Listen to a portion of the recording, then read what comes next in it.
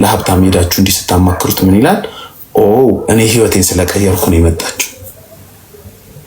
ብር ያጣ ቀን አጠገቡ እንደማትኖር ያጣል። የኔ ፍቅር ገባች ባለቤቴ። አደገኛ ውይይት ላይ ሴቶቻችንን እየመከርኩ ነው የደረስሽው። እሺ ጋይስ መቅደስ ትባላለች፣ መወዳት ባለቤቴ ነው።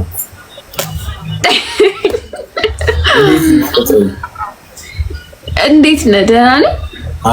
አለን። ሀብታም አይወደውን አያገባም አሉ።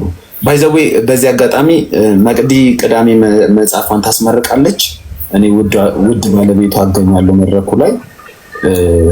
ሌላም ሰዎች መገኘት ትችላላችሁ፣ እንጋብዛለን። ለአሸናፊዎች ግን መቅዲ ወደ ርዕሳችን ስንመጣ ሀብታም አይወደውን አያገባም አለች። የሚወዳትን ነው የሚያገባው አለች።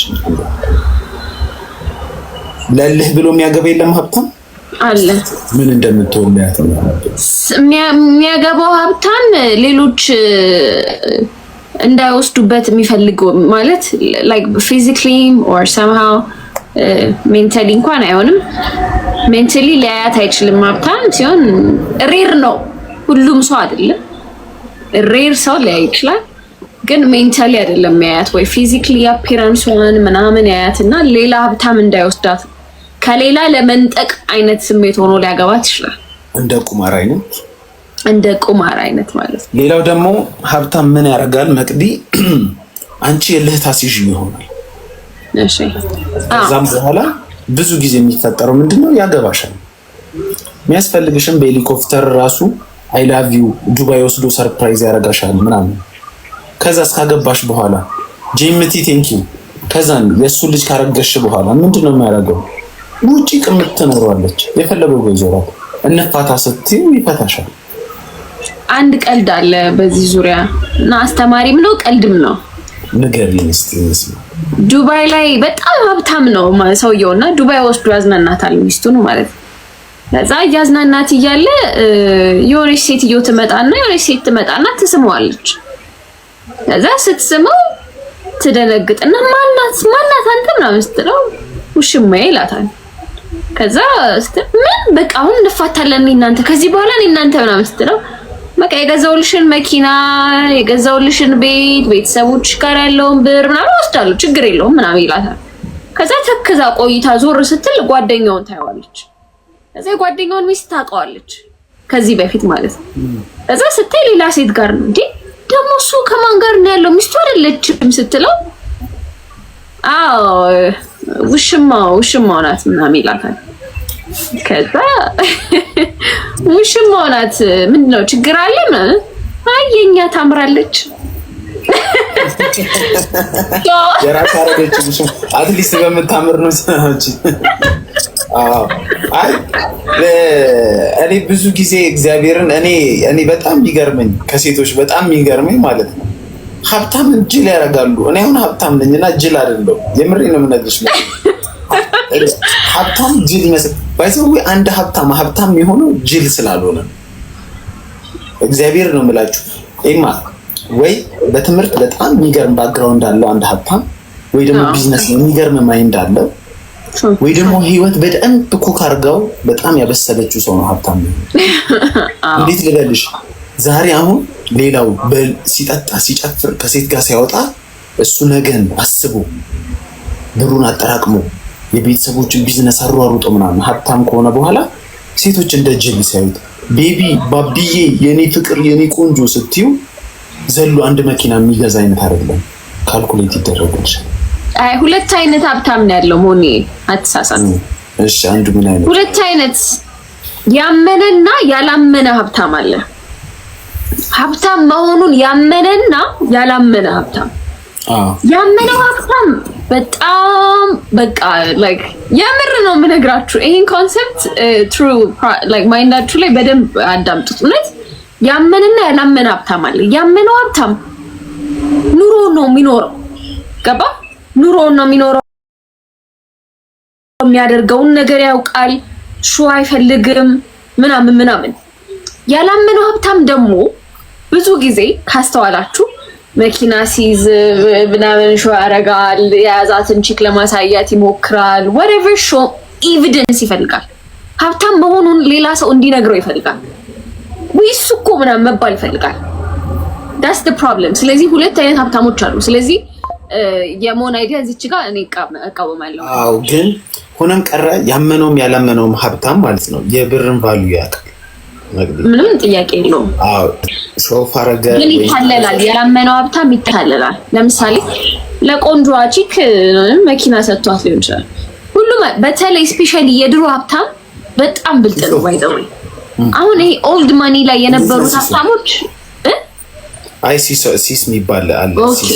የዘውትር ተራችን የድሮ ሀብታም በጣም በቃ ኪዩሪየስ ነው ማይንዱ ምናምን ካስተዋላችሁ ለምሳሌ ትልልቅ ምንላቸው አርቲስቶች ላይ ምናምን ወይ ሰማው የሆኑ ነገሮች ላይ በጣም ሀብታም ምንላቸው ሰዎች የሆነ መኪና ምናምን ያሳያቸውና ከዛ በኋላ ግን በስማቸው አያረጉላቸውም ወይ ምናምን ይዝናኑበትና የሆነ ወደ ሌላ ሀብታም ዞር ሲሉባቸው ይቀናሉ፣ ይቀሟቸዋል። እንደዚህ አይነት ነገር ነው ያለው። በጣም የድሮ ሀብታም ብልጥ ነበረ። አሁን ላይ ያለው ሀብታም ግን ኢዚ ማኒ ነው የሚያገኘው፣ ለፍቶ አይደለም ብሩን የሚያጣጥመው ምናምን ሶ ገብቶኛል። ሲሶ ቴንክ ዩ ሲሶ አመሰግናለሁ። ዛሬ ሰኞ ነው። ጊፍት ጋላሪያችን እንዳለ ሲሶ በሚል ነው ማየት የምፈልገው ጊፍት ጋላሪ እና ምን ልልሽ መሰለሽ መቅዲ፣ አሁን ግን እኔ እዚህ ሶሻል ሚዲያ ላይ ማለት ነው ሴቶች እውነት ሀብታም ጅል አድርገው ነው የሚያስቡት። እንዴት ልበልሽ?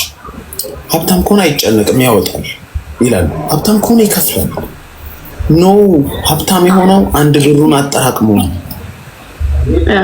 እያንዳንዱ የሚሰጠውን ብር አጠራቅሞት ነው። ስለዚህ ለአንቺ ሲያወጣልሽ እያንዳንዱን ነገር ካልኩሌት ያደርጋል። አንድ ቀን ባህሪሽ አፈነገጠ፣ ዲስሪስፔክት ያደረግሽው ቀን አለቀ። እንደ ድሃው ነይ ወደ ቤትሽ ተበለሽ ምናምን የለም። የአርቲስቶቻችንን ባል አይተን አናውቅም። ቤስት ላይፋቸውን እየኖሩ ነው። ምን ኢቨን ዩዝ አድርገው አንድ ትራክተር እኔ ይገርመኛል። ለሰው እኔ አሁን ብር ሲኖረኝ ሉዝ ማድረግ የምጠላው ነገር የሀብቴን ግማሽ ፐርሰንት ኦር ደግሞ የሆነ ላለፋ ህይወቴ ላይ ላልነበረ ሰው ምናምን ሉዝ ማድረግ በጣም ይከብዳል። እና አሁን እንደምናየው መኪናቸው ነው ኤክስካቫተር ምናምን አካፍሎ የራሱን ቤስት ላይፍ ይኖራል። ገብቶሻል? ነገም እንሳለው ነገም እሄዳለሁ ብሎ ስለሚያስብ ከዛስ ምንድነው የሚሆነው?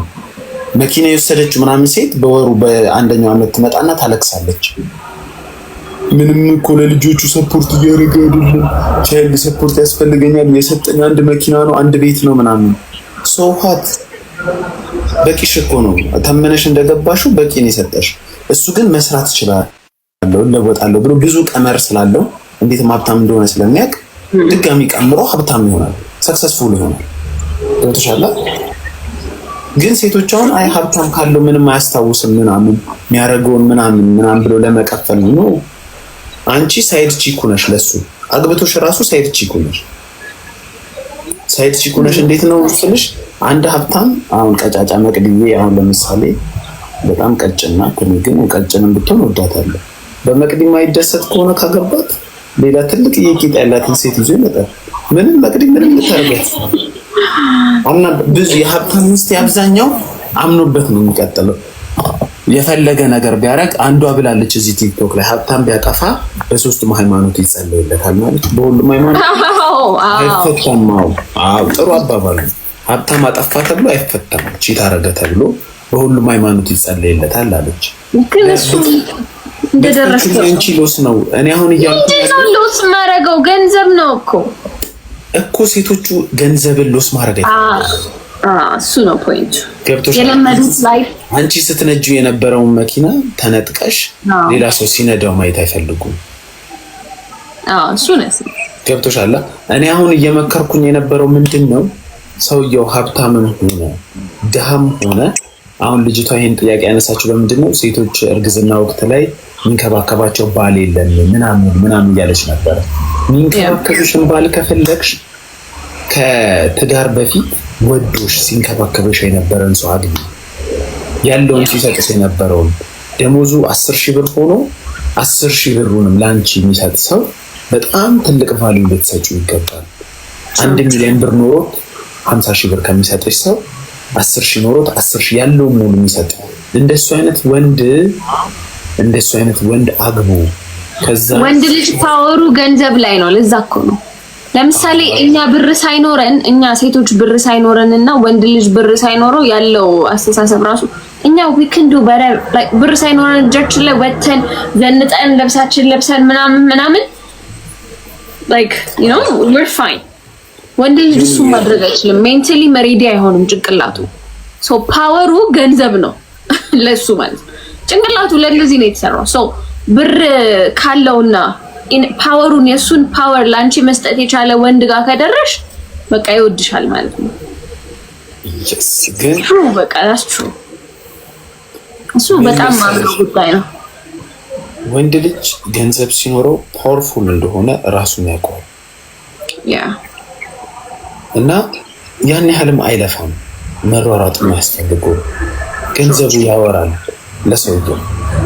በተሻለ አሁን ለምሳሌ እኔ ምንም ሳይኖረን መጥቼ በእግሬ አንቺን በወቅ ከቤትሽ ስቀበልሽ ወይ ደግሞ መኪና ኖሮን በመኪና መጥቼ ስወስድሽ ወይ ደግሞ ስልሻል ብዬ በጣም ትልቅ ሆኜ እኔ አይደለም ቤትሽ የምመጣው በሹፌር መኪና ሳስወስድሽ አንቺ ጋር ያለው አስተሳሰብ ራሱ በጣም ይለያል። ለኔ የምትሰጪኝ ክብር ተሻለ ፓወሩን ያውቃል። ሀብታም ሮማንቲክ መሆን አይችልም ብትሉ ስቃለሁ። በጣም ሮማንቲክ መሆን ይችላል፣ ቀላል መግዛት ስለሆነ እና አንቺ ሁሌ ማሰብ ያለባችሁ አንድ ሰው ምን አቀረበልኝ ሳይሆን እንዴት አቀረበልኝ የሚለው ነው። ሴቶች ብዙ ጊዜ የሚሸወዱት ምንድነው ምን ቀረበልኝ ብለው የሚያስቡት። አሁን ለምሳሌ እኔ ደሞዝተኛ ሆኜ ላንቺ ሳቀርብልሽ አሁን ደሞዝተኛ ሆኜ ለምሳሌ አይፎን 70 እንትን አፎርድ ላላረግ ይችላል። ገብቶሻል? የደሞዜን 4 እጥፍ 5 እጥፍ ይሆናል። ገብቶሻል? ከዛ አይፎን 17 ላንቺ እሱን አፎርድ ማድረግ ስለማልችል እቁብ ገብቼ ምናምን አይፎን 50 በገዛልሽ አንድ ሀብታም ደግሞ አይፎን 17 ቴብሉ ላይ ቢያስቀምጥልሽ ሴቶች ማለት 70 ተሰጠኝ ምናምን እሱ እኮ ምናምን ብለው ነው የሚያስቡት። ቴብሉ ላይ የሚቀርብላቸውን ነው የሚያስቡት እንጂ እንዴት ወደ ቴብሉ መጣ የሚለውን አያስቡት። ሴት ልጅ ሁሌ ማግባት ያለባት እንዴት አመጣ፣ ለኔ እንዴት ሊያረግልኝ ቻለ፣ ገብቶሻል? ያን ነገር እንዴት ሊያረግልኝ ቻለ የሚለውን አስበው ነው ወደ ትዳር መግባት ያለባቸው እንጂ በትርፍ ሰዓቱ ምናምን የሚያረግ። አሁን ደግሞ ዘንድሮ ሴቶቻችን ተበላሽቷል እኮ በክብር ለሚወዳት ሰው ሚስት ከመሆኑ ይልቅ የሀብታም ቅነት በጣም መሆን የሚያስደስታት በጣም ብዙ ሴት አለ። አስሎንጋስ እሷ ሂማን ሄር እስከቀየረችና የምትነዳው መኪና እስከተቀየረ ድረስ የከሊቅ የምትሆን ለከሊ እንትን ትባል ማንም ምንም አይመስላችሁም። ለዚያ ጋር ነው ችግሩ ነው። ባክግራውንዱን ብዙ ሰው እየጠየቀኝ ነው። ይሄ የኔ መጽሐፍ ነው። የመጀመሪያ መጽሐፌ ከእግዚአብሔር ጋር አልቋል። የግጥም መድብል ነው። በገባኝ ልክ ይላል ርዕሱ። እኔ በገባኝ ልክ የተጻፈ መጽሐፍ ነው።